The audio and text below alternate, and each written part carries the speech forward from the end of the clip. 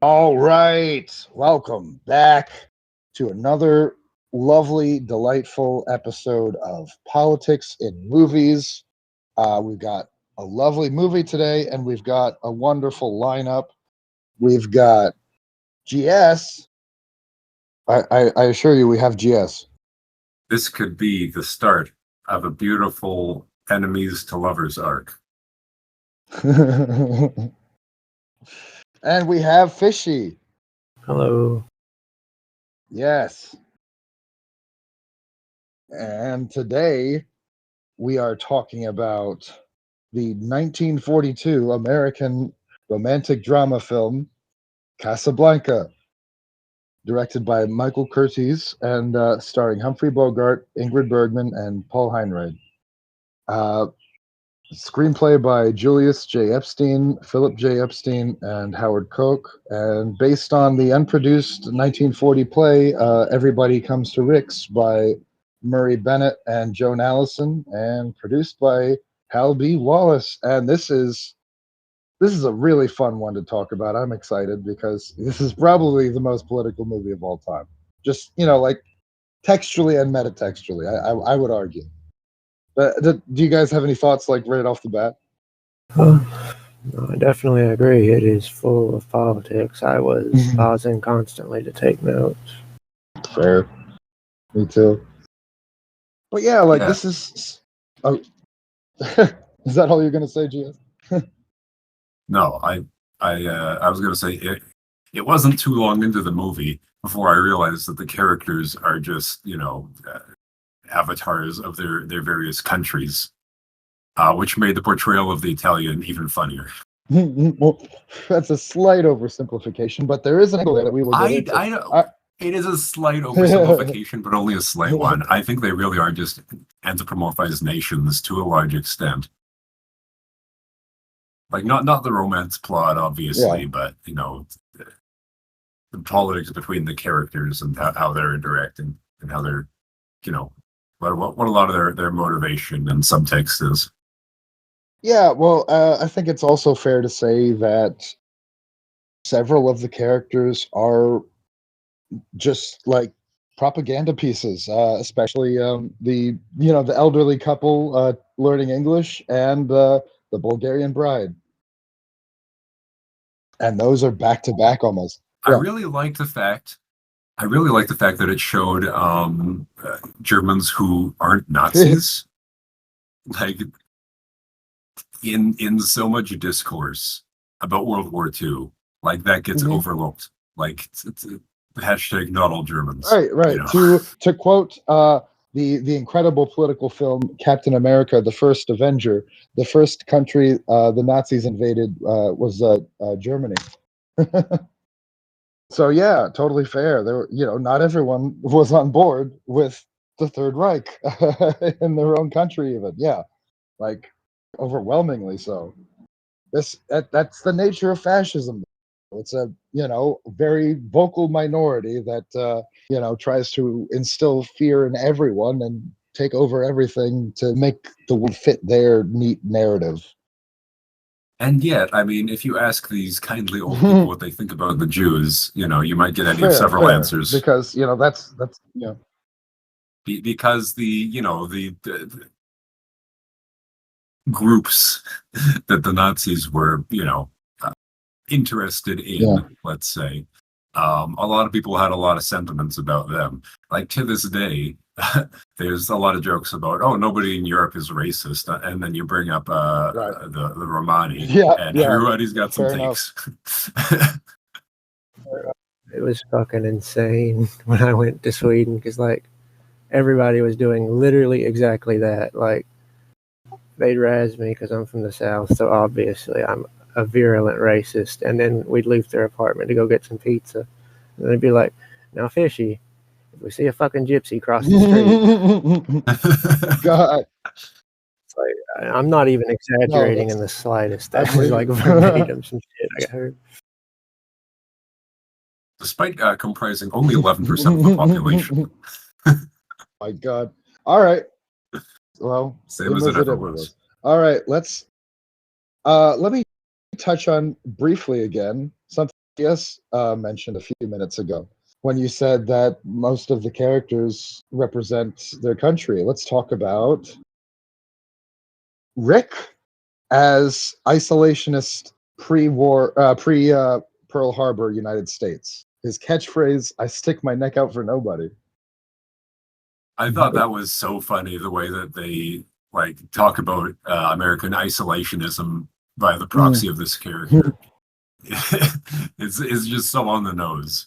I mean, it's an accurate observation, but like I don't know, it's a little.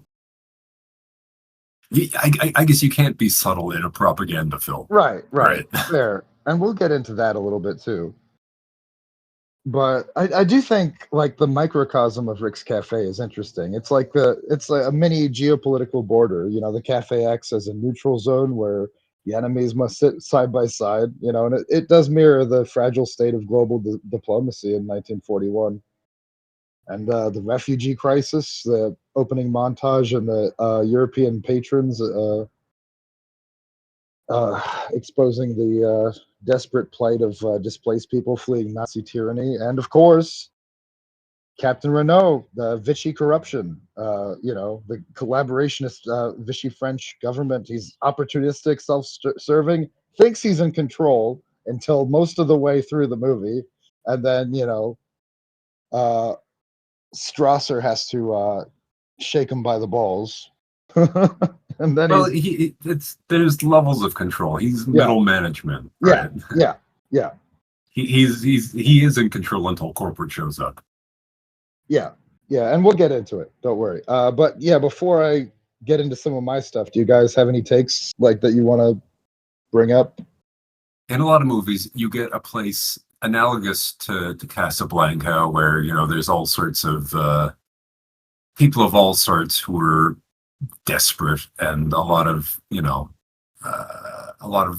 vice going on, and it winds up being a metaphor for purgatory, especially because everybody's trapped in Casablanca. That's like a big part of the plot and the character motivations. And here I'd say it is sort of a purgatory, except more of a socioeconomic than a moral one. Oh, absolutely. Yeah, that's a good reading. Yeah. What does it take to escape, Casablanca? Apparently, it takes opportunity and a little bit of luck and the right connections. Those three things. Takes one well-placed shot of 9x19 Parabellum. Yeah, well, at least I got my 9-iron. I didn't hear what you said, so I just decided to make a golf joke. Good enough. All right. Well, okay, one thing right off the bat. I briefly mentioned Jack Warner on the Zodiac episode because he would have absolutely despised that production if he was still alive in 2007. He would have hated Fincher doing 70 plus takes, taking over a year in post-production, going over budget.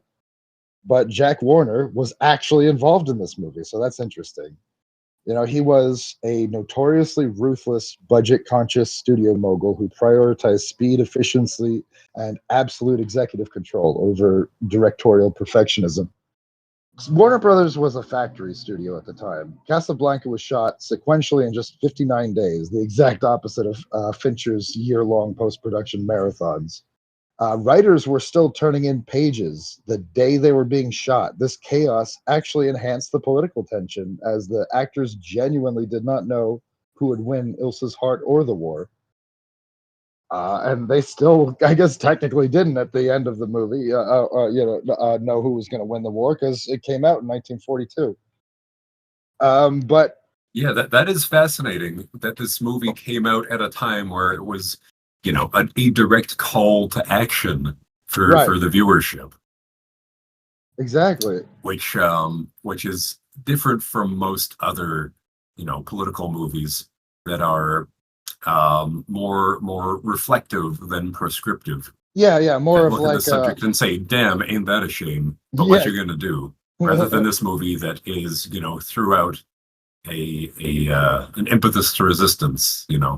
Rise up, fight the power, row, row. Right. Yeah, you're right. Cases it like a forensic dissection of the past, but in this case, it's acting as living history. It's happening as the movie is in production, every stage of production, and that is fascinating. Yeah, and it is more analytical about, you know, the American isolationist doctrine that comes off, but it's telling you what to do about it. Right, and like of course, Jack Warner was a liberal. He was he did not want us to remain isolationist. He wanted us to get involved as soon as possible. And of course, just briefly getting back to that, Warner kept strict tabs on expenses. Every prop, set reuse, and extra was heavily scrutinized to maximize profit and propaganda output.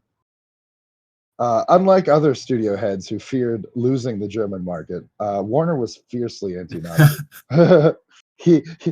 Jack Warner banned German dialogue in his studio as early as 1934.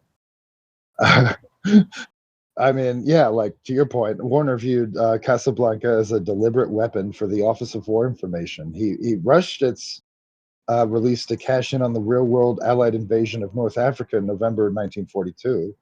And to save money and add authenticity, Warner cast actual European refugees, Jews, and political exiles as extras and supporting characters. Like that. Wow, real Jews. Well, like it's to the trivia that most people know is that their tears during the La Marseillaise scene were completely real. And the final line, the famous line, was actually written by the producer Hal Wallace. Louis, I think this is the beginning of a beautiful friendship. After filming had already wrapped. So Claude Rains actually had to be brought back into a recording booth to dub the line over a wide shot because Warner demanded a cleaner, more uplifting political alliance to end the film. It's just such a good movie. Oh my god. It's okay. It's okay.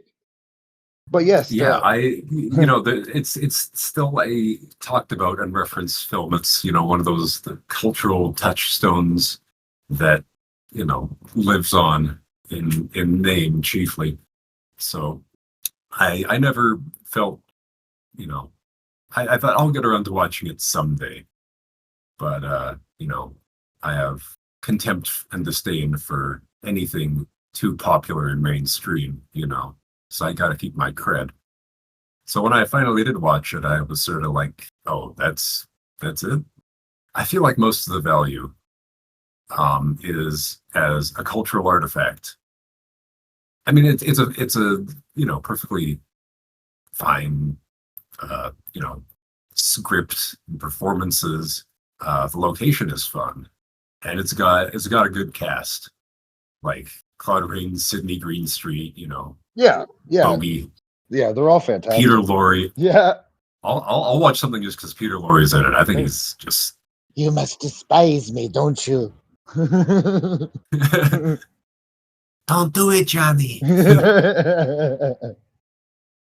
I do love him. Although that's an interesting point because they do both Sidney Greenstreet and Peter Lorre play like much more sympathetic versions of their characters, like say from the Maltese Falcon, like that came out like the year before this.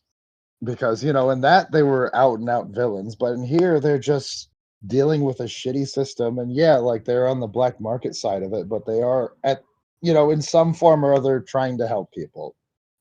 Well, there's always the two sides that are brought up to that. Like one, yes, you are providing a service, a humanitarian service, arguably at a competitive rate.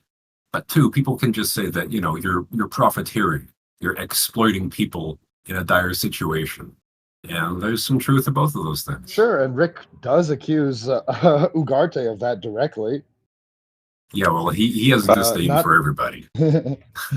he, he doesn't say that to Ferrari, but he has contempt for Ferrari too, though. For most of the movie, you know, What was that again? Was that Sidney Greenstreet. Sidney Yeah, Greenstreet? yeah. Right.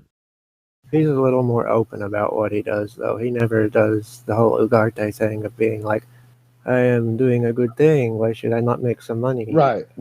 Ferrari is just like, yeah, dude, I'm in the black market. I don't know what to tell you. Exactly. Yeah, but based on the scenes they had together, it seemed like Rick thought of him as an equal to an extent, at least in terms of, their influence in this domain. Mm-hmm. You know. Well, I've got some notes on that, and we'll get into it. But Ferrari is an interesting character. Most of the characters are. I do think it's interesting the real world stuff that this movie does channel. Like, yes, Lisbon was definitively the most important and viable escape hatch from Nazi occupied Europe to the Americas during World War II. Portugal's dictator, Antonio de Oliveira Salazar, maintained a delicate diplomatic balancing act. He allowed both Allied and Axis citizens to operate in the country, transforming Lisbon into a bustling hub for international refugees, wealthy expats, and rival spies. Good place to set a movie. Yeah, well, we got stuck in Casablanca instead. But there is something that isn't quite accurate. The real life tortuous trail. The film's opening maps the film's opening map outlines a bizarre winding route, Paris to Marseille, across the Mediterranean to Algeria, then overland to Casablanca before flying to Lisbon. Historically, this route existed, but was actually the harder backup plan. Most refugees attempted to travel entirely by land. They crossed the French border into Spain, then took trains straight into Portugal. People usually ended up in Casablanca if Spain denied a refugee a transit visa, which happened frequently to political dissidents, like Laszlo, or military-age men. They were forced to take the maritime African route. Casablanca became a heavily crowded, desperate waiting room for those who were physically blocked from entering mainland Spain. But the central plot device of the movie, the magical letters of transit signed by French resistance general Charles de Gaulle that guarantees exit, is a total Hollywood invention. In reality, Casablanca was controlled by the anti-Semitic French Nazi collaborating Vichy French regime. A document signed by de Gaulle would not have guaranteed freedom. It would have gotten Rick and Victor Laszlo immediately arrested or executed for treason. Yeah, well, Hollywood. We need a MacGuffin. Yeah, totally fair. But nearly all of the 75 French, German, and Austrian actors in the film were actual political refugees fleeing the Third Reich. In fact, Konrad Veidt, who plays the ruthless Nazi Major Strasser, was a famous German star who fiercely opposed the Nazi Party. He had to flee Germany with his Jewish wife. In a meta twist, he made a career in Hollywood playing the very monsters who exiled him. That must be really gratifying. I'm sure. That's like the ultimate fuck you. Yeah, I'm surprised he didn't ham it up a little more with his evilness. Yeah, I thought he did a pretty good job. Like he's menacing and intimidating, but he doesn't feel the need to showboat it, because he's an established Nazi officer and he thinks they're going to rule the world, and that's clear from his first lines. That is something I really liked about this movie, that even though we have good guys and villains and all sorts of moral extremes going on, everybody can still sit down and have a civil exchange. Like, the menace is implicit. We understand what's going on because we're not retarded. But like the scenes where the serial resistor and the Nazi in chief are talking to each other, it's we understand who these characters are, what their motivations are. We don't need, wild brandishing of weapons and Yeah. maniacal menace and just cartoon crap like that. If you're referring to the scene where Strasser and Renault question Laszlo in the police station, yeah, that's a brilliant scene because neither. Well, that and where they talk to each other in Rick's place. And, okay, fair, yeah, but yeah, we'll get into that unless you have something to say about it now. No, I'm just saying it was more than just that scene. It was throughout the movie. Oh yeah. That these parties with very different agendas can have a civil conversation that doesn't diminish the threat, the menace, right, at all. It makes it even more tense in some ways. Yeah, it's more of that implied violence that you talked about in the Miller's Crossing episode.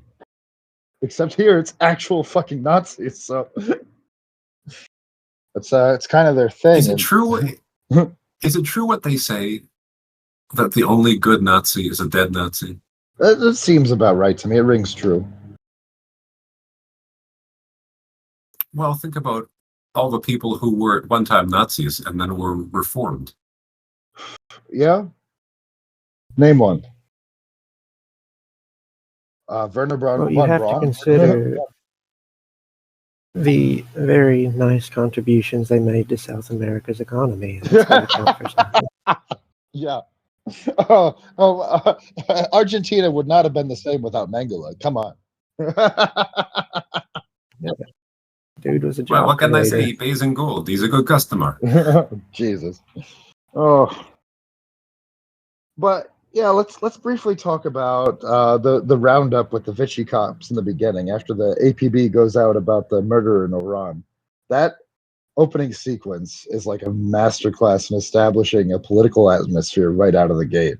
It immediately frames Casablanca not as a romantic getaway, but as a high-pressure cooker under fascist administrative control. Like, the Vichy police don't check for specific suspects. They explicitly say they're going to round up every refugee, foreigner, and dissident they can find. This, exposes the true nature of the collaborationist police state. Order is maintained through arbitrary terror, not justice.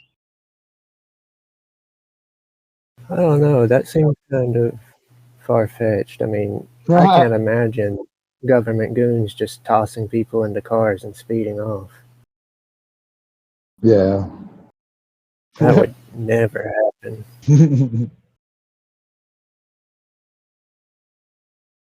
And then, of course, immediately after... Wait, hold on. Okay. I was looking through my notes for a thing to reference. Sure. Many eyes in imprisoned America turn hopefully or desperately to the freedom of Europe. Or Canada, I guess. Whatever. Or you said Europe. You meant America or Canada? Or, North America. I meant somewhere other than America. Well, no, people don't catch you slipping now.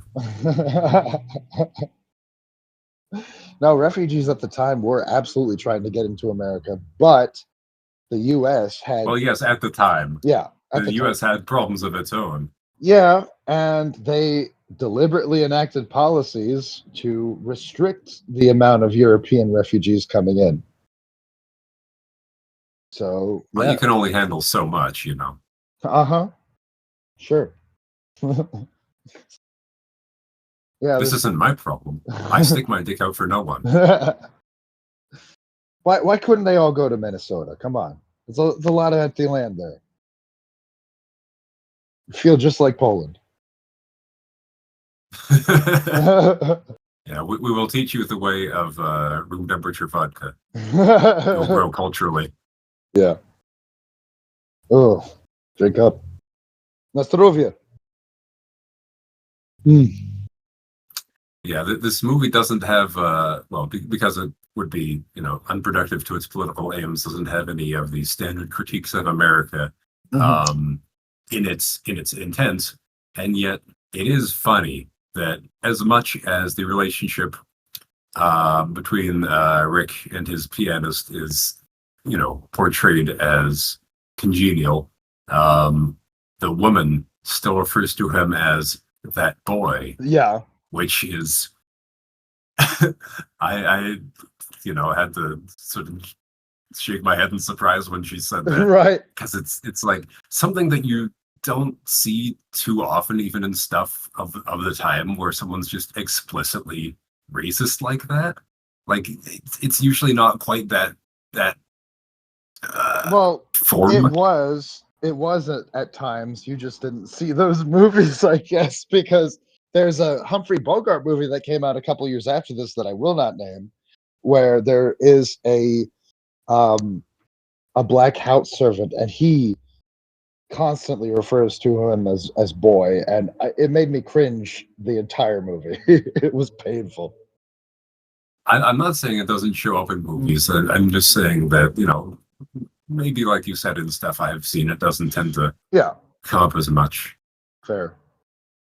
But it's a baked-in critique of America that was unintentional. Right. Fair. Yeah, that is a good reading. But like, oh my God, I would love to do a huge takedown of Gone with the Wind at some point. That would be so fun. But anyway, the next scene in this movie is it cuts to the police station sporting the motto liberty, equality, fraternity, in French. But, like, of course, peak irony. And it was nice, easy French for an American audience. It's just a nice little reference to the Vichy betrayal. Betrayal. It was the sacred national motto of the French Republic. Like when the Nazi collaborationist Vichy regime took over in 1940, they actually legally abolished that motto, replacing it with the fascist-friendly Travail, Famille, Patrie, work, family, fatherland. It is funny, the mottos that the Nazis had. Like that, there seems to be a through line to them. Like the infamous Arbeit macht frei. Right. Work will make you free. Yeah, that was the motto of Auschwitz. Yeah. Yeah. Which is just, doesn't get much more black comedy than that. Right. Jesus.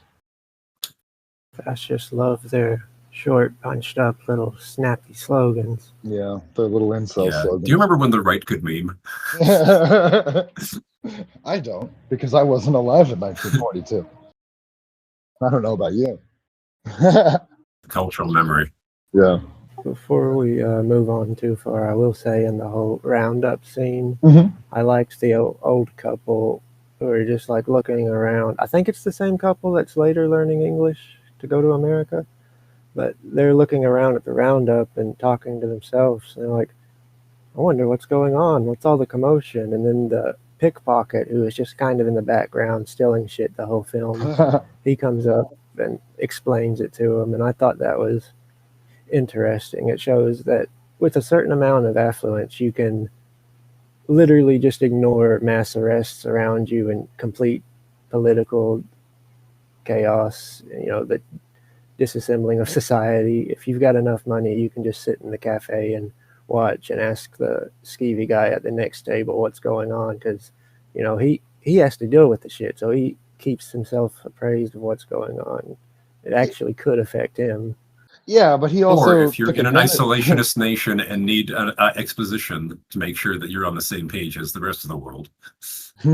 Yeah, but I mean, I think it does point to something that, if you're rich enough, you can, to a degree, ignore the politics that affect 99% of the rest of the people around you. Well, I mean, this movie has it for that too. I mean, the top banker in Amsterdam is working in Rick's Cafe in the kitchen. The second top banker can't even get a job there. Early line in the movie. He was not even allowed to gamble there, I thought. But was he looking for a job or was he trying to gamble? I was pretty tired. Oh, fair. I haven't gotten to that point in my notes yet, but if I recall correctly, he was asking about a job. It was a German that tried to gamble, and Rick said, "Fuck off, get out of here." Oh, yeah, that's right. It was the guy. he asked if Rick would come over and have a drink with him, and he Oh, said that's he right, never yeah. drinks with customers. Yeah. Well, that too. Yeah.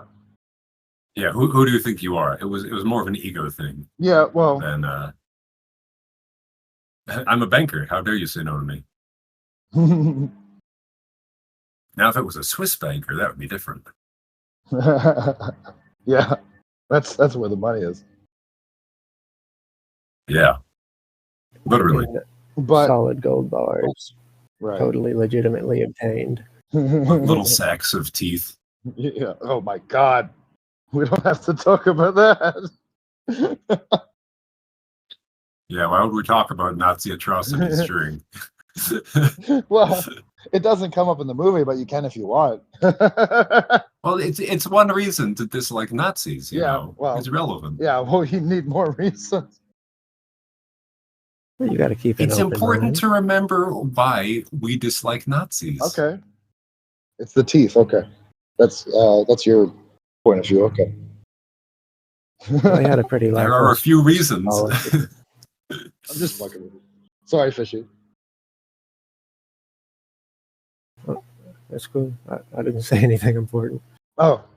Another reason is that they give anti-Semitism a bad name. You know. Jesus. Yeah. You know, we know you like to corner the market on that yourself. A little anti-Semitism when people start calling you a Nazi. You know, it's I really unreasonable. Find it hard to see why. Yeah. Well, we hear very little and we understand even less. The English pickpocket says that, and it's a perfect thesis statement for the entire first act of the film. And of course, that scene also shows him like taking advantage of them and fucking pickpocketing them. Yeah, but I think it's somewhat less egregious because I think it's trying to establish that these people are rich and they don't really need whatever he's taking out of their pockets, and presumably a guy that's going to those lengths could use it more than them in a city where, you know, if you don't have enough money, you could literally be killed. If you don't eventually get your passport or bribe the right people, it could be the end for you or people you care about. Right, the stakes are really high. Yeah. Yeah, and it feels like, at least to me, it felt like the movie was deliberately trying to show that they didn't need the money, and that kind of ties in with, like I said, them being oblivious to the ongoings around them because they're so insulated from it by their wealth and status that it doesn't really immediately affect them like it does almost every other character. And Rick also gets to operate with immunity and impunity because he's good for business. So the through line is don't fuck with the money. And, you know, that's a note from throughout history. That's really why they killed Caesar, because he was fucking with the money. That's a tick. Certainly not that he was a corrupt dictator. They were all sick of his shit. It was largely because he was undermining the voting power of the Senate by creating tons and tons of new senators from the people he had directly conquered in his extrajudicial wars. Yeah. I mean, the new legislation he was trying to put through was, you know, messing with the economics that the other senators were relying on, and that's the one line you can't cross. Right. Don't fuck with my money. Right. Yeah. Well, it was largely in service to like making himself the state, because like the reason he needed so much money and was fucking with it was because he was constantly paying out obscene bribes to further his personal power. Right. Well, there was also a lot of like land reform stuff and a lot of, you know, uplifting the unlanded citizens and things. Yeah. And of course, all those new senators he was bringing in were people who owed him a favor. Right. So, yeah, I mean, it was like, consolidating power, as you do. Yeah. Just, you know, self-centered populism, tell as old as time. Yeah. Yeah, but it was also benefiting the people that he was governing. So that's when populism is, you know, less of a sin. Debatable. I mean, like, it was definitely helping the proles, but like, also, he wouldn't need to help the infrastructure of Gaul if he hadn't illegally waged a personal war to enrich himself off of it and added all these people. That's just what you do when you're emperor. Yeah, but he wasn't emperor. That was the thing. He was in his heart. You wouldn't understand. Yeah. Despite your Napoleon complex. Fishy's not that short. I'm not short at all. I am a big boy. Big boy. All right, let's talk comedy line in this entire fucking movie for a second. We Germans must get used to all climates from Russia to the Sahara.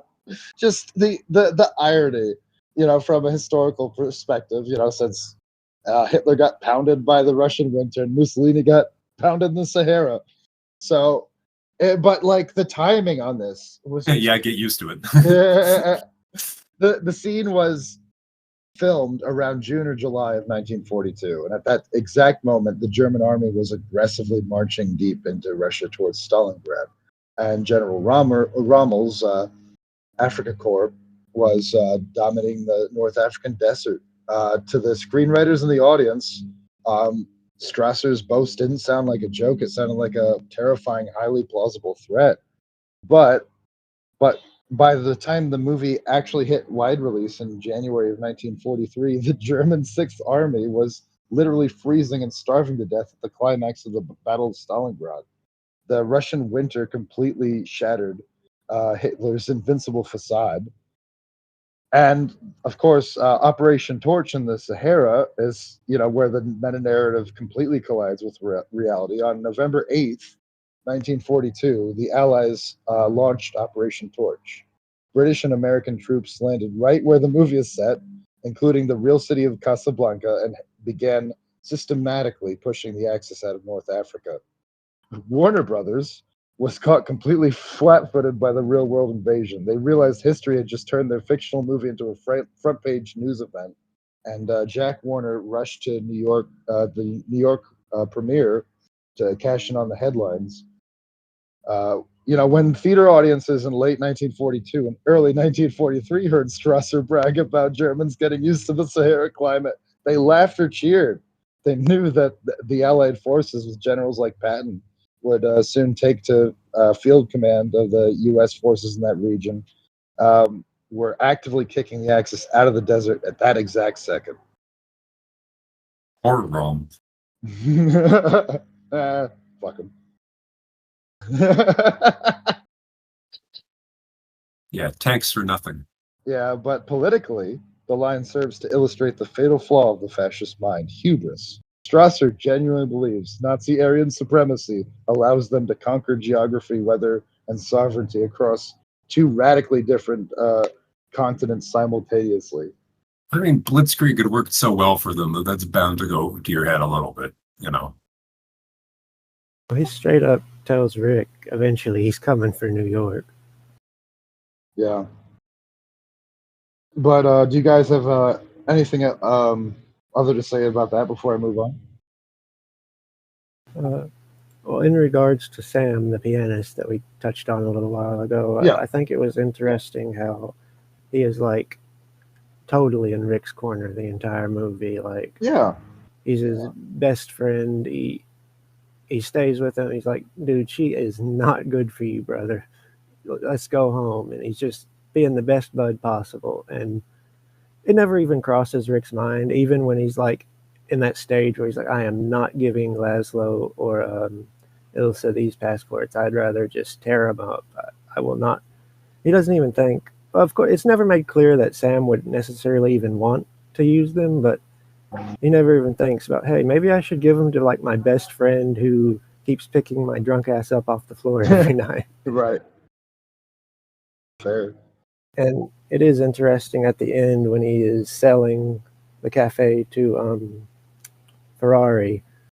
He makes a point of saying you have to keep on all the current staff, blah, blah, blah, and you have to maintain their salaries. And I think he says, now remember, Sam has to get 20% of all. 25%. Yeah.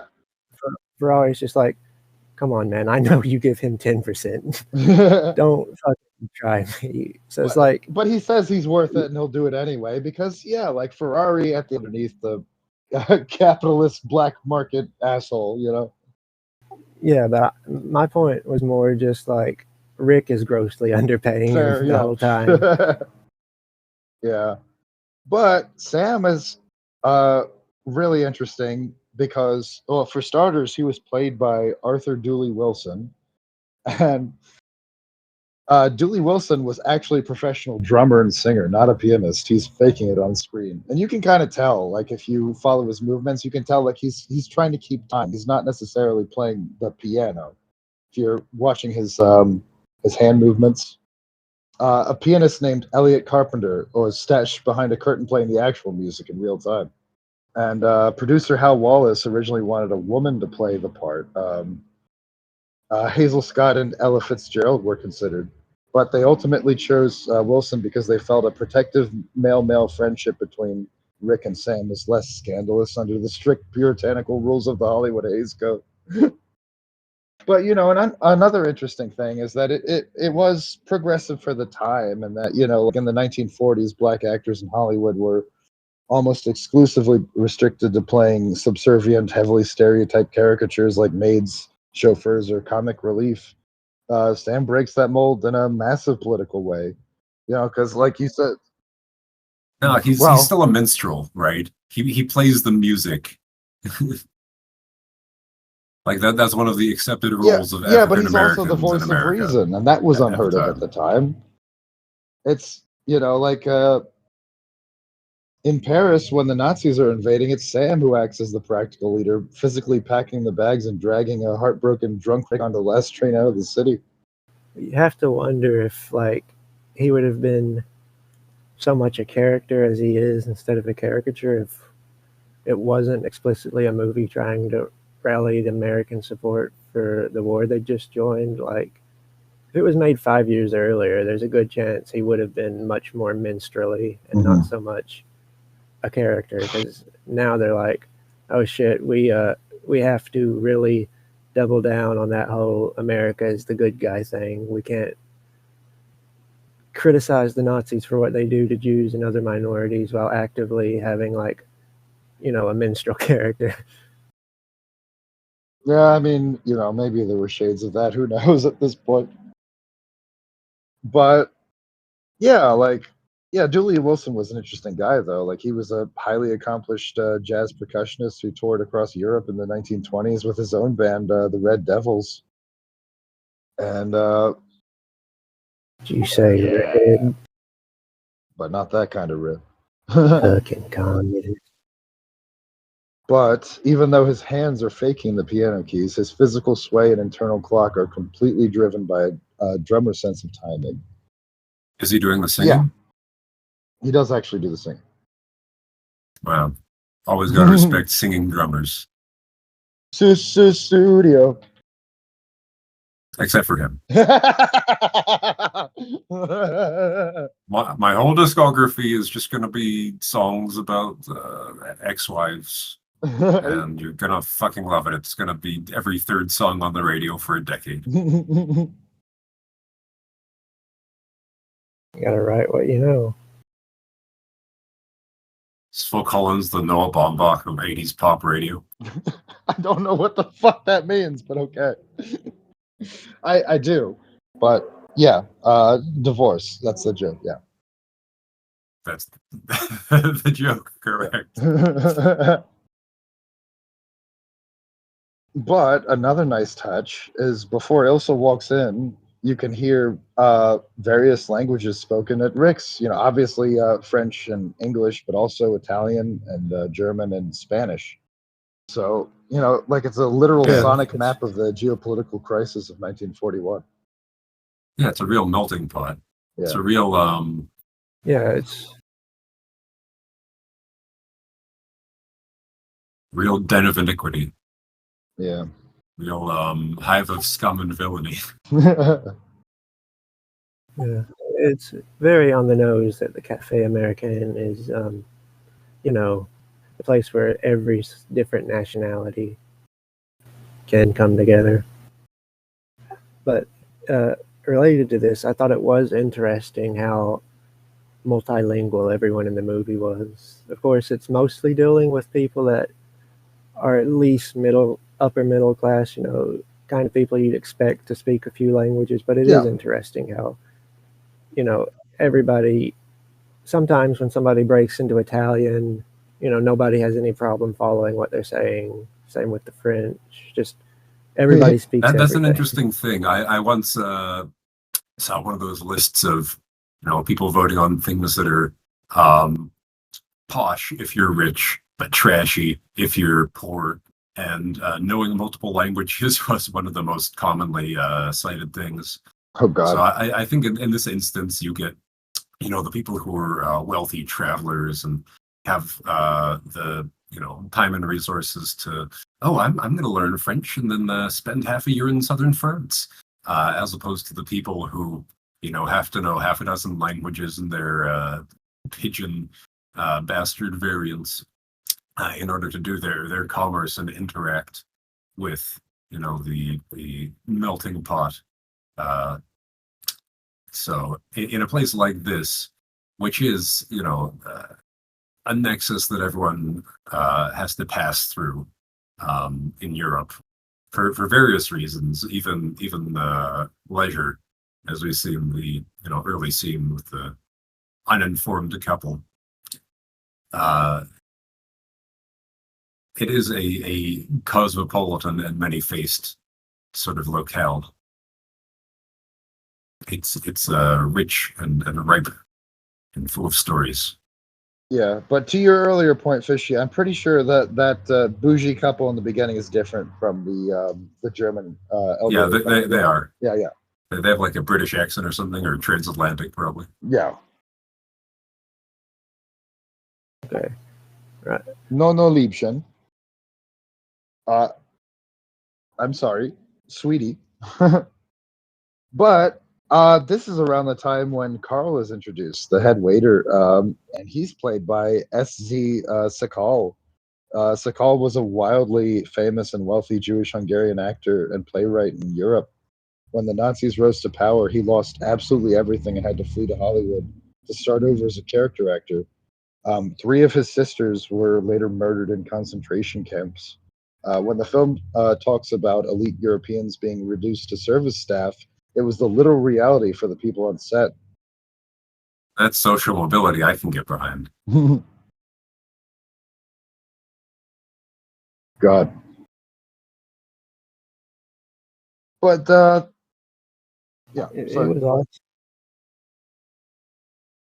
I was going to say it's also interesting how explicit and frequently they use the word concentration camp. Like, obviously, it didn't have every one of the post-war connotations it eventually came to have, because concentration camp was a term that had been in use a long time before World War II, and it didn't always instantly evoke a deliberate genocide, but a lot of people and a lot of history books even today, they're like, oh yeah, no, nobody in the world, nobody in America had any clue at all that they were doing this type of shit or any version of it. And when they finally liberated Dachau and Auschwitz, it was a total shock. And it's not our fault we dragged our feet getting involved and stuff. We didn't really know. But in that movie, just right at the start, they're like, yeah, Rick was in a concentration camp. It was pretty bad. He almost got starved to death. They don't outright say, they're genociding people there. But it goes to show that a lot more was known even in the early days and even before the war started officially for America. People had some idea of what was going on, and a lot of the whole, we had no idea, we would have acted a lot sooner if we had, is very clearly post-war embellishment to kind of absolve us for not doing more earlier. It's a and bit of hindsight it's bias. interesting that even in 1941, but like, you just watch a movie like this and it's made in 1941, you realize, people definitely knew more than they like to pretend they did earlier than they did. Earlier than they like to pretend. Well, I don't know. I've always heard that even a lot of the soldiers had no idea how bad it was, and that it wasn't until embedded reporters started bringing back pictures of what they found when they were liberating the camps, that the true, scope of what had occurred was, really understood. Yeah, that's probably true, but at least from my education, being an American and stuff, and just cultural osmosis, a lot of people, especially immediately post-war, like to pretend they had no idea anything was going on. Like, oh yeah, we heard there were some suspicious, questionable arrests. They arrested a Jew for shoplifting and gave him way too high a sentence. But people knew that something was going on. They didn't necessarily know it was a deliberate industrial genocide. Right. But after the war, a lot of the propaganda and stuff really tried to push the whole narrative of we had no idea at all. It completely was unknown to us. You can't get mad at us for, trying to be buddy-buddy with Germany even through the 30s when they were clearly doing this shit. We didn't know until 1945. There was good profit being made in arms running, and a lot of Americans had either deep ambivalence or sympathies toward certain, at least publicly marketed Nazi ideals. Yeah. American anti-Semitism is a long and proud tradition. Well, I mean, to your point, there was the massive Nazi rally at Madison Square Garden in 1939. It's a popular venue. Yeah, like that's something I talk about a lot with my history nerd friends. It's like, don't get me wrong, Hitler made a lot of oopsies in his life, but I think one of the major just total fuck ups he did in terms of strategy, not morality or ethics or what have you, but was he declared war on the United States after Pearl Harbor. And if you go back, and of course you have to take somewhat with a grain of salt any post-war Nazi memoirs and stuff, because they were all trying to write themselves out of being complicit in any way with the war or the genocide taking place. But basically universally, from everything we see, all of his advisors, generals, everyone was begging him not to do that, because like you said, they were straight up having Nazi rallies in Madison Square Garden. America was super isolationist, and not a not small portion of it was straight up on the German side. So for Hitler to go out of his way and declare war on America himself, I think that's one of the major underappreciated turning points of the war. He could have had free reign for at least a few more years, more than likely, if he hadn't jumped the gun. But dude was so fucking high all the time and so hyped up on his own supply. He's like, fuck it, we'll get in war with the whole world at the same time. I mean, yeah, the dude was constantly fucking methed out. Like, you can see that at some of the fucking, rallies he attends. He's just fucking jittery the whole fucking time. Yeah, people are always like, dang, I wonder how he developed this very, signature gesticulation that he does when he is giving speeches. And it's like, dude's fucking tweaking. That's it. That's all there is to it. Can't sleep. The Jews will get me. Yeah. But yeah, like to your earlier point about concentration camps not necessarily being associated with, genocide at that point. We had concentration camps here for the Japanese after Pearl Harbor. Pardon you, internment camps. They're entirely different and more friendly, and everyone gets a pony. Everyone gets a pony. Yeah, tell that to George Takei. I've tried. But yes, World War II turned the U.S. from an isolationist developing nation, still reeling from the Great Depression, pretty much into a powerhouse overnight because of our latent resources and infrastructure. It created the military-industrial complex that Eisenhower himself, World War II war hero, who personally insisted on taking those pictures at the concentration camps so people wouldn't forget or make up bullshit. He warned people about the military-industrial complex in his farewell address, and we did briefly get into Oppenheimer episode. It's so insane to look up Yeah. that speech and see him like explicitly talking about the military industrial complex the way he does, when that's a term that didn't really, I don't know, I could be wrong about this, but it's not a term that really came up so much until like the 90s. Like something people were aware of, but it wasn't quite understood to be the political, economic, thing. Well, it was The downplayed a power lot to because control anything. yeah, well, it was downplayed a lot because who was in power during most of that time? Republicans who gladly utilized this power and downplayed how dangerous it was, to the point where now it's like fucking everything. Well, because to be fair, some of the motivation for that is that those industries were providing a lot of jobs in especially a lot of the flyover states. And, it's not favorable for a number of reasons to be too critical of such a, major economic part of your state. Well, If if you it don't have a was spine, especially. if it was just about jobs, they wouldn't have gutted the middle class. But we don't have to get into that. Well, not just about jobs, but also about campaign backing, Well, yeah, absolutely. Big money bags.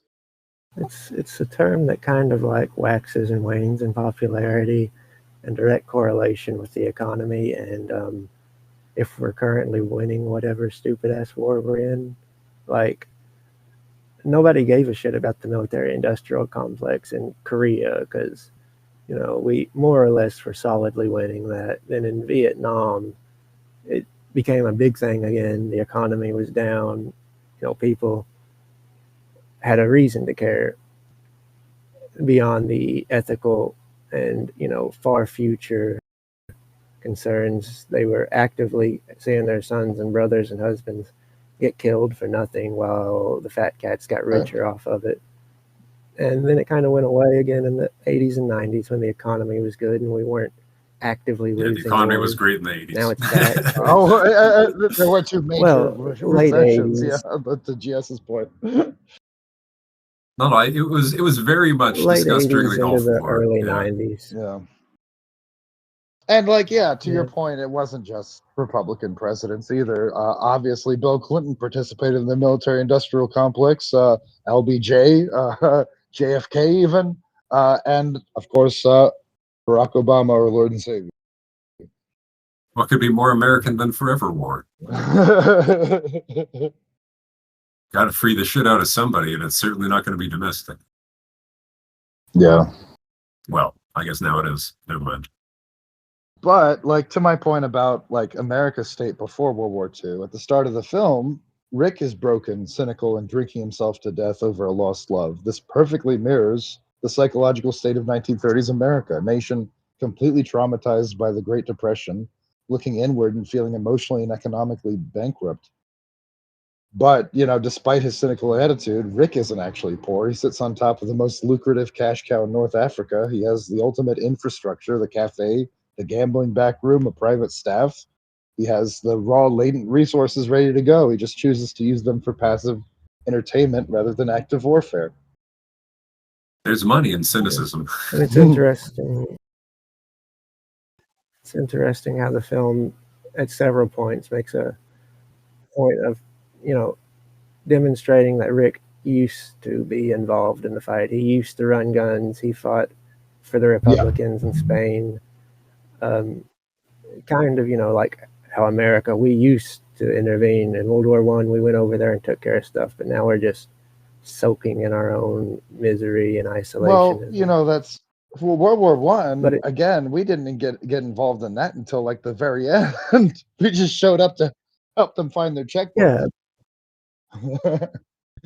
Yeah, for sure. But in the context of it being a propaganda film attempting to rally support for the current war, I think it has pretty clear parallels to, hey, remember the last one? We got involved there. We did some shit, like Rick did. I think it's also interesting how Rick goes out of his way to be like, I was well paid both times. He was doing things for a good cause, but in typical American fashion, he made sure he got a paycheck for it. Yeah, doesn't that make him sort of hypocritical because he had the same defense there that Peter Lorre's character used, except he was a bit less sweaty about it. Yeah, well, Peter Lorre, his character Ugarte was definitely a little queer coded. I mean, it's like there's a bit of the camp. I don't see it. Really. It's a Peter Lorre character. You fucking kidding me? That was his whole because thing. it's a Peter Lorre character.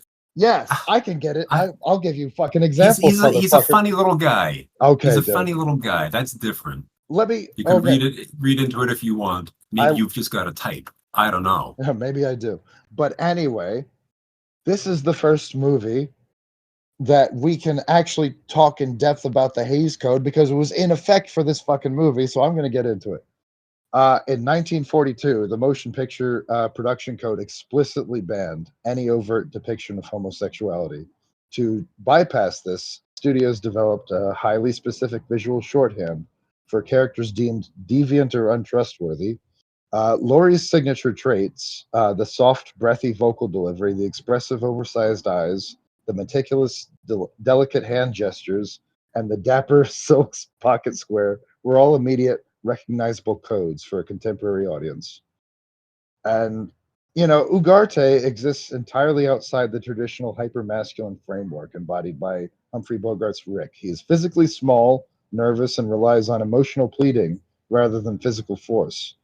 By stripping Ugarte of traditional wartime masculinity, the film positions him as a political and social wild card who cannot be trusted by either side. Just watch the physical proximity of Laurie to Bogart in their booth seat. Ugarte leans in close, uses highly intimate body language, and aggressively begs for Rick's respect. And then, of course, he says, "You despise me, don't you?" with the vulnerable intensity of a spurned lover rather than a business associate. I don't know. I just saw it as a Peter Lorre performance. Saying that the way this character acts is queer coding is, I don't know, it's a little, I don't know, I just see a Peter Lorre performance. He does that in like everything. Can you think of any movies where he doesn't do that? Arguably M, but even then, like, he's playing a pedophile in 1931, and at the time, that would have been almost explicitly associated with quote unquote deviancy, like homosexuality. So I think even there's a little bit of that. It's just a Peter Lorre performance. That's what I read it as. Now, well, we are in the desert, so feel free to stick your head in the sand. If you like. But compare and contrast with the police chief, right? Okay, yeah. With his gay little mustache and his almost overt flirting with Rick. Oh, I'm gonna certainly get into Louis Renault. Yeah, certainly. But I'm saving that. Yeah, I've got some notes. I'm saving my load. He is my favorite character in the movie. Like, oh my God, not really much competition. Like, well, Claude Rains. First of all, Claude Rains. But also just the way this character is, his relationship with everybody in the movie is nuanced, and it's a fun performance. He tries to be like cool and stoic the whole time, but he's probably schwitzing pretty good under his funny little hat. Of course, though, we have to make sure that, in examining the exact nature of his corruption, we know that he takes advantage of, as our expositional pickpocket says, beautiful young girls. Yeah. So. Like, he actively gets pissed off at Rick for giving the guy the money to flee so he can't basically rape his wife in order to get the Bulgarian girl. He wanted to hook up with her, and he was like, well, I might be able to find a transit paper if you sleep with me. And he's pissed off at Rick when he gives him the money for it. And he says, He tells him he's got a blonde coming in the next night, and he'd appreciate it if he didn't fuck up this Yeah, one but for like, him. yeah, to your point, like this guy is a skeevy, slimy predator, really. But Claude Rains plays it with such avuncular warmth that you can't help but like the character in a way, like like to GS's point, like Claude Rains' performance is just so warm and inviting. You want to punch him in the face, but then you just suck his dick instead. Yeah, like part of your brain is, well, he is French. He probably can't help raping people. It's just, oh in my his blood. god! Well, our British audience is gonna love that. The gall. No, but he's a good guy. He has the turn of heart that the screenwriter requires him to at the end. He gives up his position of power in purgatory. Is it better to reign in hell? Maybe not. Maybe not. Milton didn't think so. Anyway, yesterday they were just two German clerks. Today they're the honored dead. Is Rick's very next line, and that immediately took me into All Quiet on the Western Front. That's like the core emotional theme of the book and movie. I wasn't expecting this to tie directly into World War One, but it makes sense, right? It's not a coincidence that a movie about World War II carries the heavy, disillusioned ghost of World War One. War never changes. Yeah. Also, by calling them German clerks, the movie exposes the terrifyingly mundane nature of the Nazi war machine. They weren't mythic Aryan warriors. They were just regular working-class cogs in an administrative wheel. My mother thinks I'm a mythical Aryan warrior. And the phrase "honored dead" is like dripping with acid. It echoes the exact state-sponsored propaganda that Remarque criticized in All Quiet. The idea that young men should be proud to be meat for the grinder. The second they die, the state slaps a medal on their corpses to justify the next wave of slaughter. And that book is so hard to get through. Yeah, fair. Not in a prose sense. It's just Right. such Yeah, a that's fucking fair. bummer. I guess that's how I felt reading Midnight in Chernobyl. Oh, it's great. Not read that if one. you're interested in like the history of the Chernobyl power plant explosion, it's great. It's really in depth. Yeah. I need to learn more about that. I saw that HBO show. It's dramatically decent, but it's full of inaccuracies, and there's some stuff that could reasonably be called like straight up character assassination. A few of the guys get thrown under the bus and blamed just so the narrative can happen when they were as much a victim as anybody else. I need to read some like actual well-sourced history. Well, I mean, to be fair, I don't really know that much. The guy who was in charge that night, I don't remember his name, but he was an asshole in real life, and he really did, like cut corners to try to get shit, like moving. So that part was accurate, and he did go to jail for that and die in jail from cancer from the radiation. Yeah, but he was also, a nuclear worker in the Soviet Union. If stuff doesn't move on schedule, right, and the book does get into that too, so I do recommend it.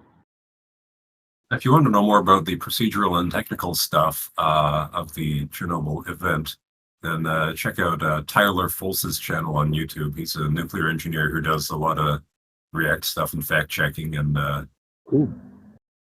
it's beautifully pedantic. I love it. But anyway.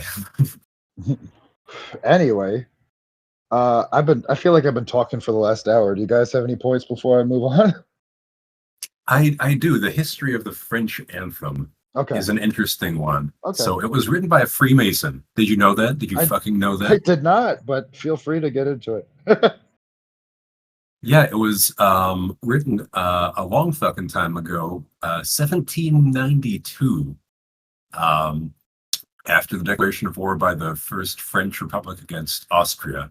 Before the a French popular, Revolution. Wow, the year before. That's yeah, it was a popular marching song, and then that led directly into the events of the revolution and the formation of the First French Republic. And then they reestablished a monarchy, and it was outlawed. And then when they did a republic again, it came back, and it's sort of become the general song of resistance. And it features prominently throughout the movie. It's almost a character in itself. It's the second theme we hear after the initial Hollywood Orientalism that tells us this movie will take place somewhere foreign. And the history of Orientalism in Western music is a whole topic unto itself. But I do wish we could have heard, at least a little bit of what the actual, cultural music in Casablanca would have been like, rather than the Hollywood version that we get, the souvenir gift shop version. Well, I mean, to be fair, it's an American cafe, so they play American pop songs from the 1930s. That rings true to me. In fact, I mean the score rather than the soundtrack. Okay, fair. But I was just going to add briefly that Max Steiner did not want to use the song as time goes by. He hated that song. I just thought that was funny.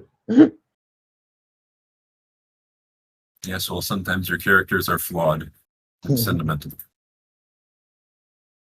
But it's funny how I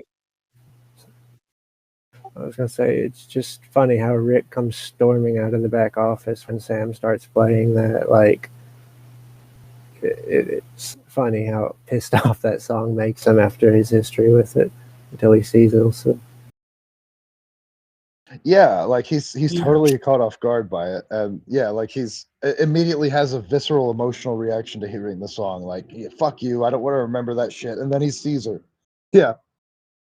GS and I had an argument about soundtrack dissonance versus cinematic symmetry on the Adventures in Babysitting episode, and this is a perfect opportunity to bring it back up, since As Time Goes By is used in both ways, sometimes even in the same scene at the same time.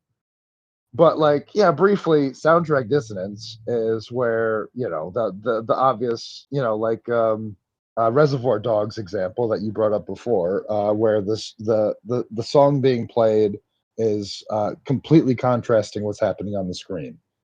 Stuck in the Middle with You is playing as we're having a guy's ear ripped off. It's an ironic comical subversion, and there's a whole series of subtropes to that, like especially an old-timey song being played over a slow motion sequence, which is probably just subconsciously informed by the what's that track in 2001? It's the Danube or whatever.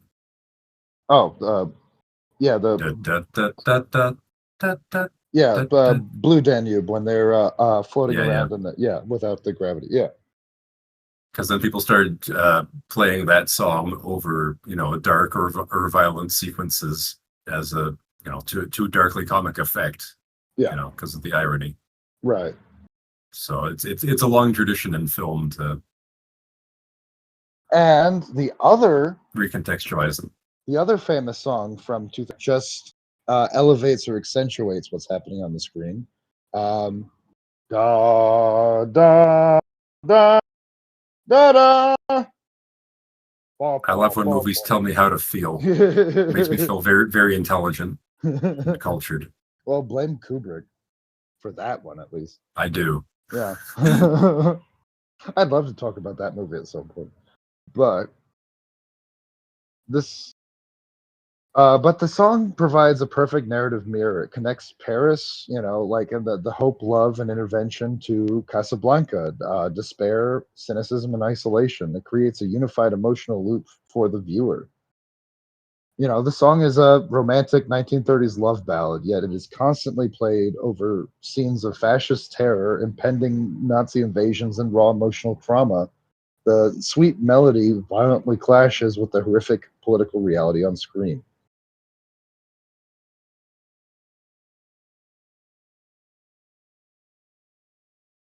Yeah.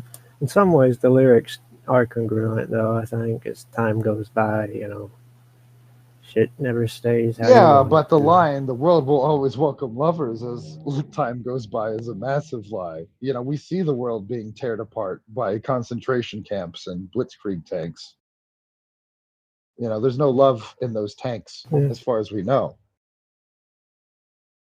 I don't know. Maybe one fits only. Oh, Fritz needs Very, a very hand. tight quarters. Fritz needs a handy.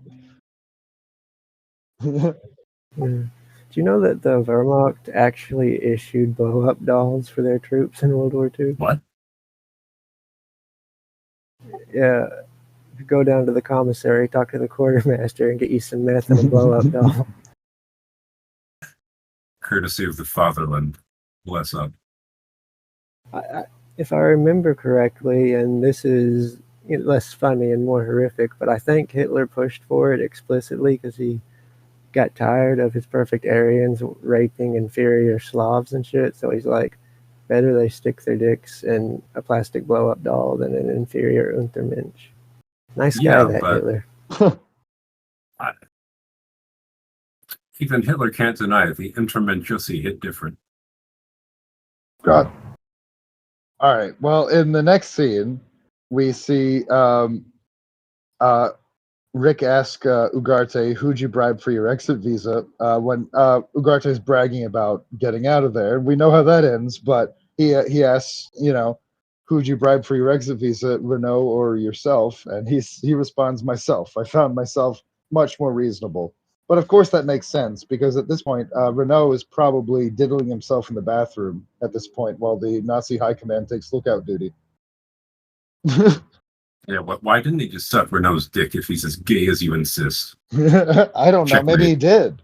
Checkmate. You don't know that. He did fucking He escaped. disappear his ass the second Well, he who got knows to the what police happened? station. The Hays Code was in effect. Anything could have been happening behind the scenes. We don't know.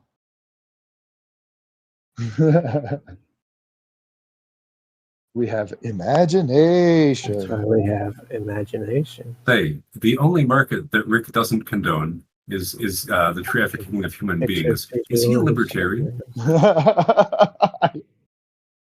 I don't know.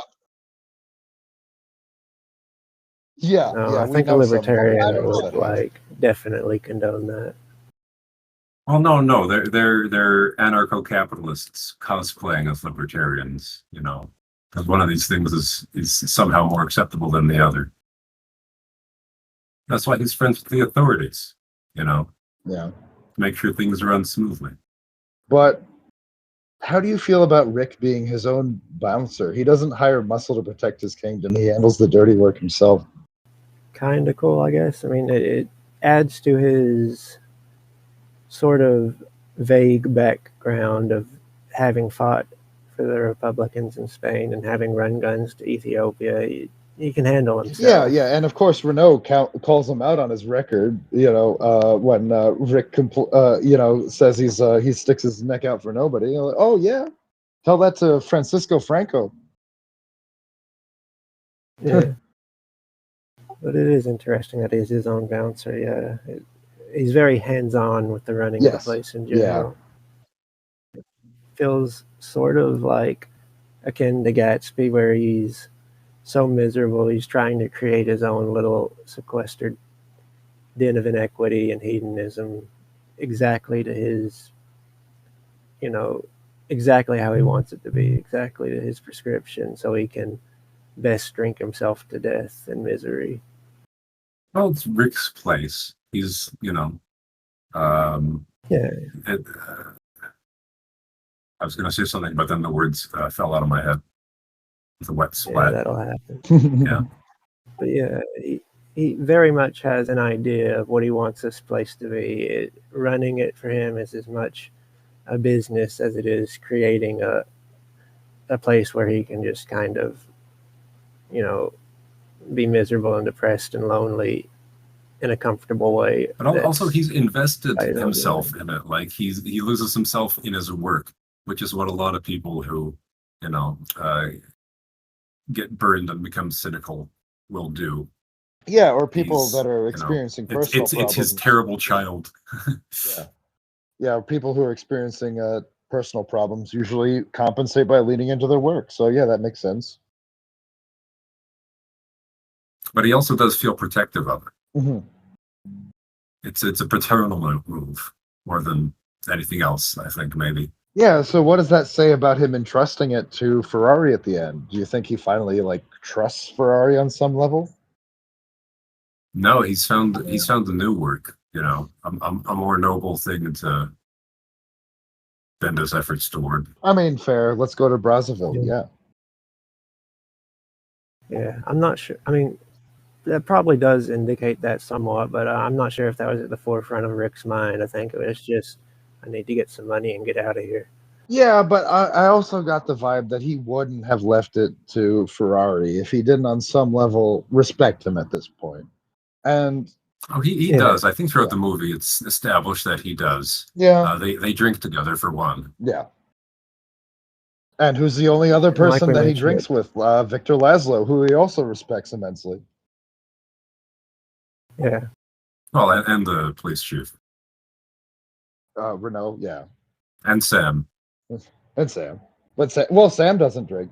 He tries not to, at least. At least when he's like Fishy said, when he's being very protective of Rick, especially towards the end, and Rick offers him Come a be drink. miserable with me. Yeah. Rick offers him a drink, and he's like, "No." Shit. No, he doesn't say that. But I like the ambush at the police station with Strasser and Renault trying to cordially extract the resistance leaders from our defiant Slav, Laszlo, and he flatly refuses for any price. They also underestimate him, assuming he doesn't have a lead on the letters yet, but that gap is bridged in the very next scene, and Ilsa already has suspicions that Rick has it. Everyone has suspicions that Rick has it for some Yeah. reason. That's the one minor plot hole, I think. Like, why does everyone It's not a feel plot so hole. certain that a Rick has them? Rick's Cafe. No, why does everyone feel like Because Rick's Cafe is the melting pot where everyone fucking goes, so it stands to reason that somehow he ended up with them, and we find out that he did. yeah, but that's the one thing that he, you know, doesn't deal in. It's even said, which is why Well, he has the trust of the authorities. yeah. So Well, it makes more sense to me if Sidney Greenstreet had them. Mm. He's the dealer. well, I well, mean, Ugarte didn't when trust they- Ferrari. He trusted Rick. yeah, I mean, when they're arresting Ferrari and he's literally shooting at them and running for his life, he runs over and grabs Rick and says, "You have Yeah. to help me. You have to help me, please, please." Like, if I was Renault, I'd be like, you know, I think he gave those letters to Rick. Something seems up Yeah. with this. Yeah, fair. And to be fair, Renault did suspect it too. In fact, you know, like towards the end, he was just flat out asked him, where were you hiding them? And it was like, in the piano. He was like, well, it's my fault for not being musical. I thought that was funny. Another real friendship moment with Sam. Let me hide these very illegal documents in your pocket, Yeah. buddy. Yeah, if those had been found, Sam would have been doomed. Yeah. Maybe Rick could have skated by, but Sam would have been done. Yeah. No, the characters in this movie are a lot of things, but they are by and large not stupid. I don't think they would think that Sam was involved. They would say, no, this is probably just, you know, someone else is doing. He's the patsy. Yeah. Well, I mean, He's just a funny minstrel. Oh God. You keep saying that, but it doesn't make it true. That's the I whole think he archetype this literally- character's based on. He's literally singing a minstrel song in his first scene. I mean, it's fair. But there's certainly aspects of that, but I'm just saying it's not the whole picture. yeah, it's not, but it does have elements of fair. that. Yeah, I'll concede that. But like briefly getting back to the interrogation scene, Strasser and Renault don't use physical torture here. They just use luxury bureaucratic politeness and the offer of a transaction. By framing the betrayal of his underground network as a simple business deal, the fascists reveal their belief that every man has a price, They completely fail to understand that a true idealist cannot be bought or sold. And I think it's interesting that the script explicitly emphasizes Laszlo's Czechoslovakian heritage. In 1938, the Western democracies infamously abandoned Czechoslovakia to Hitler via the Munich Agreement by making a Czech man the ultimate incorruptible hero who refuses to surrender. The film serves as a harsh rebuke to past Western appeasement. Everyone was appeasing at the time, like what else are you gonna do? Are you gonna fight back? That's a whole thing. That's the whole thing. I mean, Chamberlain never said how long our time was. Have some peace in it. I know. Yeah, peace in our time. Oh god. He just wants a little Lebensraum. Is that so unreasonable? Stay the fuck away from the Sudetenland.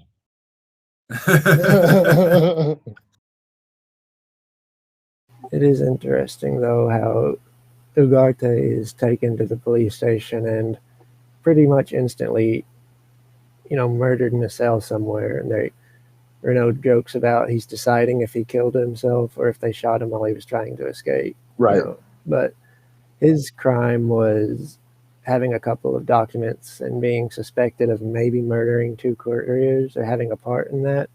And Victor is like one of the main resistance leaders in Europe, wanted in every country the Germans have influence over. And they don't just fucking disappear his ass because he has valuable information. So they try and play nice. It shows how, like, fascists, they don't have a strict moral line in regards to their ostensible justice. It's like, well, Ugarte is a lesser villain in our eyes, but he has nothing to offer us, so we're just going to fucking kill him and disappear his ass. I'd say a lot of how they deal with him and with other, oppositional elements has to do with the egoism and the hubris. Some would say intrinsic to the Teutonic spirit. And that, especially in Casablanca, they feel that they have the luxury of time. They can toy with their quarry.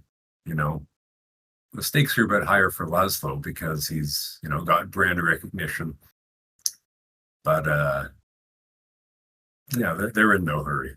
But I mean, Laszlo is the much bigger fish than Ugarte, and they treat him very cordially and politely because he still has something they can extract from him, the names of all the other resistance leaders. Right. And Ugarte is just, like I said, he's, in their eyes, a much lower tier villain, but since he has nothing to offer, he does not get extended the same polite civility. It's fascism. It's all about what you can offer the state. It doesn't matter the objective extent of your crimes in the eyes of the state. It's, we'll treat you well if we think we can get something out of you. If you did a minor crime, we'll fucking kill your ass if we don't have anything to gain from you or keeping you alive. Right. Do you think they would have actually held up their deal if Laszlo agreed? Because I don't think so. I think he would have. Yeah, he would have definitely been thrown into the sea. No, I think Strasser would, but then when someone finds out that Strasser has him, then they'll take him and, put him back in camp. I don't know. Strasser is shown to be pretty shrewd. I think he might have, even maybe did a handshake and got him to sign a paper and then just did whatever the fuck he wanted with him. I did kind of get that vibe. Yeah. And so I think in that case, Laszlo was very smart to not fucking engage at all. Yeah, it was obviously the noble thing to do, but I think he would have been dead the second he gave the names over. Probably. I don't know. I think it's pretty clear that Strasser can do whatever he wants. But he doesn't just abduct Laszlo. Yeah, but because he's playing by Renault's rules for now, right? Yeah, if it was in Bavaria, he would have just taken him to a fucking unmarked location on the map and ripped his teeth out. But he has to pretend that he's, because the whole relationship with Vichy France is very tenuous and too much German overstepping. They might start thinking, hey, maybe de Gaulle has a point. Maybe we are just the puppets for trying so desperately to pretend we're not. Right. But, Vichy France was very corrupt. So in reality, probably not. But, Yeah.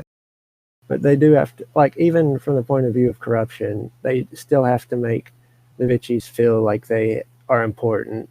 If they hurt their ego too much by just running roughshod all over their supposed judicial authority, they might get uppity. Yeah. I mean, that could be. I don't think anybody tends to be under any illusions about the sovereignty of collaborator governments. Like, nobody respects the puppets, and the puppets know that. I mean, fair. It's all just show. Yeah, but it's like, I think it's kind of a case of how many times you can kick the rabid dog before it bites you. It's like, yeah, he'll take some kicks. He's a fucking tough mutt, but if you piss him off enough, he might bite you. But the partisans are sleepy. Yeah. They're all having a nap. They've had too much wine and cheese. Nobody can help you now except for America Man. America Man, please save me. Save me from the nothing. Well, you heard it, boys. We've got an invite. There's our casus belli. We got to go liberate Edmonton.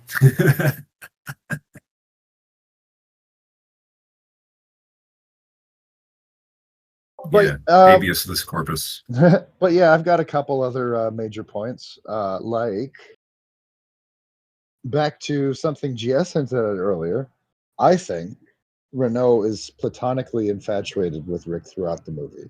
I mentioned to my dad we were doing this movie, and he said people are usually confused about the end. Well, there it is. Rick is taking admires him, his convictions, his playboy persona, his malicious compliance. Meanwhile, Rick sees Renault exactly for what he is, an opportunistic bureaucrat. Also, back to the immigration propaganda angle, we talked briefly about the Looch tags, the elderly couple that's practicing their English, and they're laughably bad at it, but they're trying their best and endearing. But then that appeals to the Americans, like, wanting to protect the elderly. But then in the very next scene, of course, we get the Bulgarian wife, Anina, who is just like down in her luck, and her idiot husband is trying to win enough money to buy the exit visa, and then Renault sees this and takes advantage, and then of course Rick intervenes and makes sure that Jan wins twice. Put it all on 22. House always wins. Yeah. Do we read anything in the fact that Rick's roulette table is rigged? Is this an honest establishment? Oh, yeah. Why would you even ask? I think it kind of just goes more to show that this is Rick's own little heavily curated slice of life. Like, this is a place where he is in total control. He is king of all he surveys when he's standing in there. Right. It's not a matter of, is this place, rigged or not. It's about, like, this is Rick's domain. What he says goes, and everyone knows it. And, except for the entitled nouveau riche French guy in the beginning with the fascist sympathies. And what happens to him? He gets shown the door. No, you can't fucking gamble. Get out of here. Yeah, we don't want your money. These uppity whites. Jesus. Oh, there was something I didn't quite catch. There's a later scene where the bartender says to Rick, "Oh, there's a check or something from some German officers," and then Rick just tears it up. I didn't really catch what that was supposed to be a payment for, or the significance of that, other than that he doesn't want, Nazi money. Yeah, I think that was the long and the short of it, really. And like, that check is gonna bounce anyway, whatever the fuck account it's tied to, whatever. So he's probably like, fuck these Nazi assholes, they're not gonna pay me. Mark's doing great. Also, they've got more gold that they know what to do with. Laszlo may be a Slav, but what does he drink? Not vodka, not cheap beer, cognac, like the French and the Nazis themselves. Because in 1941, cognac wasn't just a drink, it was the ultimate liquid symbol of French luxury, intellectualism, and refined European high culture. By ordering it, Laszlo signals that even though he is a defiant Slav from Eastern Europe, his mind, his education, and his values belong entirely to the elite democratic traditions of the West. And of course, Major Strasser and the German officers also drink cognac. Laszlo is kind of soft-spoken and delicate in his mannerisms. Are you going to say that he's queer-coded too? No, not really, because he's one of the hyper-masculine characters. He's the leader of the resistance. He isn't insecure about Ilsa's relationship with Rick either, which is unusual for the time period. He just That is unusual. Yeah. She's just his beard. Okay, that's a take. But then, yeah, like we have the scene where they, Laszlo's like, "Hey, can I talk to you something private?" And Rick is like, "Okay, yeah, let's talk in my office." And then they have the argument about the papers, and Laszlo's like, "Well, why won't you give them to me?" And Rick's just like, "Ask your wife." And then right after that, Die Wacht am Rhein starts playing, because the stupid fucking Nazis are just completely, at that point, they get a little too big for their britches, and they go, okay, like, we're just gonna fucking ignore the sovereignty of this cafe now, and we're just gonna fucking do the Nazi thing, and everyone's gonna go along with it. Except, of course, that's not what happens. Laszlo comes down and says, "Play Marseillaise" to the French band. And then, yeah, they have the dueling songs, and it's such an incredible, iconic scene. But like, it's the hubris of Strasser's presence. Like, they're completely emboldened by Major Strasser with the German officers feel invincible. Strasser's just chilling. Their singing is just an act of pure ideological dominance. They aren't enjoying a drink. They are marking their territory and colonizing the sonic space of the cafe. I think they are enjoying a drink. I think they're unwinding. They feel safe. They feel superior, in charge. Like the future cannot possibly be wrested from them. Yeah. Yeah, but then they feel entirely too content in their dominance in the situation. My point, I guess, and the scene with the two songs is important because that's the only time we really see Laszlo resisting. That's the only time that his lore is at all shown rather than told. That's fair to an extent, but I think it's also important because it thematically it shows the musical duel is the perfect analogy for how fascism crumbles. They're outnumbered by true patriots that see through their lies and oily machinations, and Major Strasser's exasperation perfectly reflects this. Fascism fails when the fear falls away. When he immediately attempts to reinforce it by arresting Laszlo and closing the cafe. But then that backfires too. It's just fascism is a constant escalation of violence and, throwing your weight around. And either you do crush everyone or they get pissed enough to push you off. Blitzkrieg is such a powerful tool. This is just the way things are now. You don't even have time to think, to assemble, your own thoughts, much less a resistance. Yeah. But I mean, of course, Renault doesn't even bother to invent a plausible excuse. Everyone in the Casablanca, including the audience, knows Rick's Cafe is a casino. By using gambling as the pretext, Renault highlights that under a collaborationist regime, the law is completely plastic. It's a tool used on a whim to punish political defiance, while criminal activity is perfectly fine as long as the authorities get their cut. Yeah, as he's closing it, the cashier literally cashes him out for his winnings. Oh, thank you. But one other thing is, I think this film also does a great job of showing the other side of romantic obligations. It's not about going through the motions to make your partner more comfortable. It's about facing uncomfortable truths and realities to make the world a better place for both of you. Ilsa lying about her relationship with Rick is part of that. The Bulgarian bride being willing to give herself to Renault to get her and Jan to America. And finally, Rick himself being willing to bury his feelings for Ilsa once and for all for the sake of her and Victor. So I think it does come up a few times. As propaganda does tend to be full of unambiguously noble characters, self-sacrifice I mean, for the greater good, fair. for a higher cause is But yeah, like that's also, to your point, part of the propaganda of this film. Like the filmmakers were telling a nation still comfortably insulated from the front lines, you're going to have to give up your personal comfortable lives, your safety, and your loved ones to fix this broken world. If Humphrey Bogart can give up Ingrid Bergman for the greater good, you can handle rationing and conscription. yeah, but Claude Rains is a heck of a consolation prize.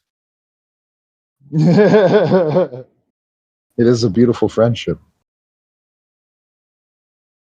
But then, like, I think my last thing about, well, one of my last things, I think I got a couple more things. A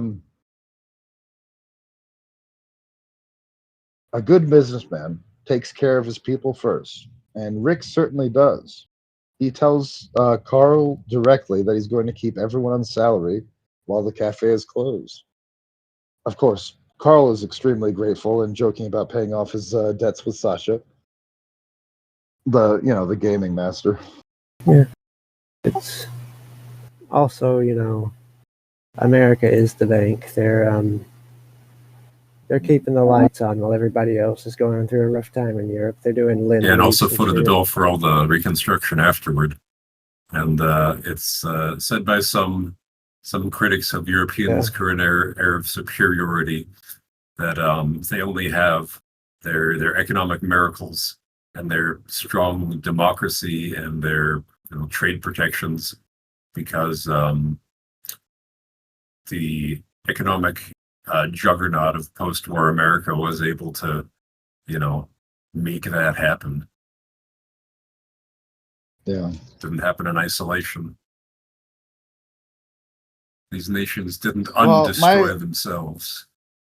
But my last point is GS is Rick. He has a nihilistic veneer, but beneath that, he cares.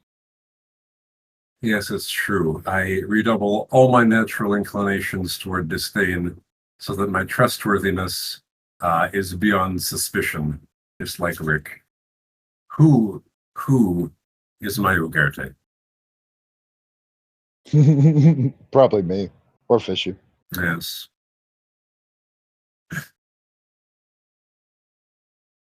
I don't know. I don't think I'd run to you for help if I've got to despise you more explicitly.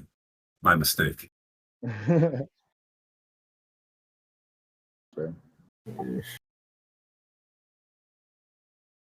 Yeah.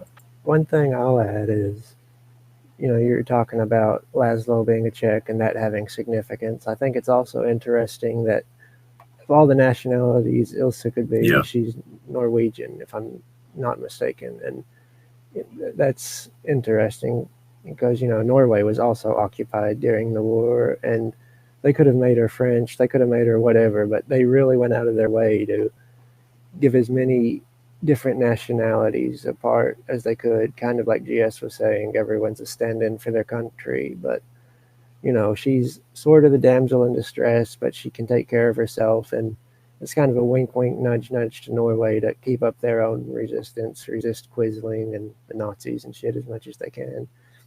Stop giving them so much good iron and steel. Maybe have some accidents on the production floor every now and then. Yeah, a little sabotage.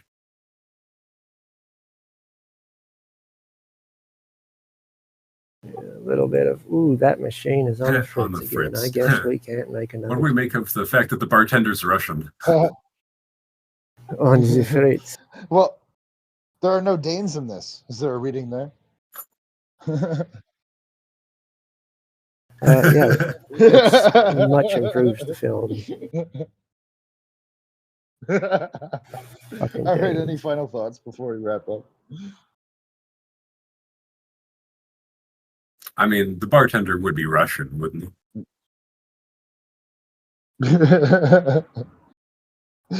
Why not? One for you, one for the house. When will America come save me? That's what I'm wondering. Someday.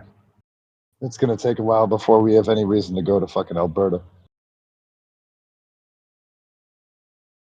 Well, it's going to take a while for us to have any fucking weapons again. We just Yeah. wasted it all on Iran for no reason.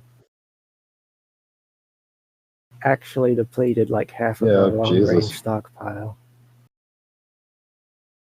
China controls the market, like literally as a monopoly on all the parts they need to rebuild our arsenal. China's just saying no, which is kind of based. Like, if you're just going to go around bombing innocent people, we're not going to sell you the components to keep doing that. We're going to let you tire yourself out, buddy. Why did the military-industrial complex let America move the manufacture of the components of its industry out of the States?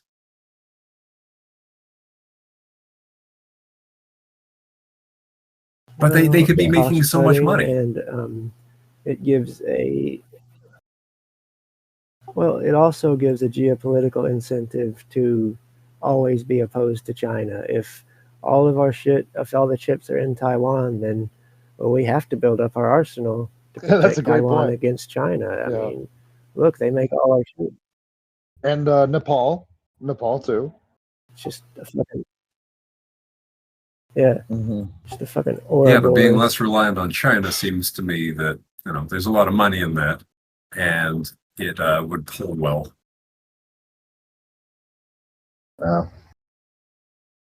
Yeah, but I mean, you have to keep as many boogeymen as scary as you can. If you're the MIC, it has to be an immediate threat.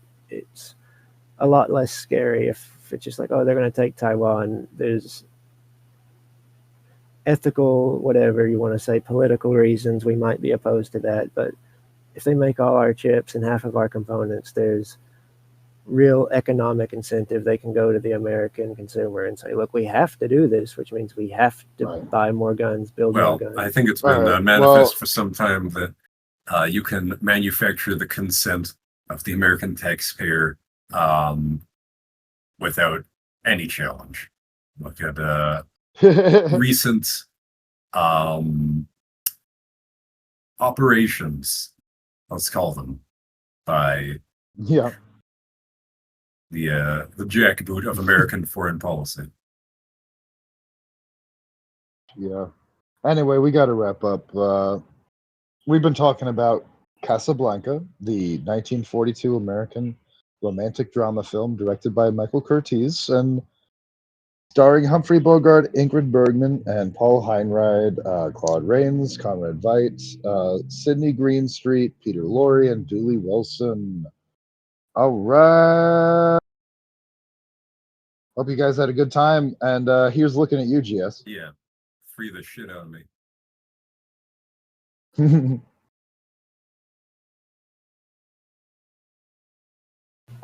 Yes. Of all the podcasts, on all the websites, on all the internet, thank you for tuning in to Politics and Movies. All right. Hope you guys had a good time. Yes. All right. See you next time. Politics and Movies. See you. See you.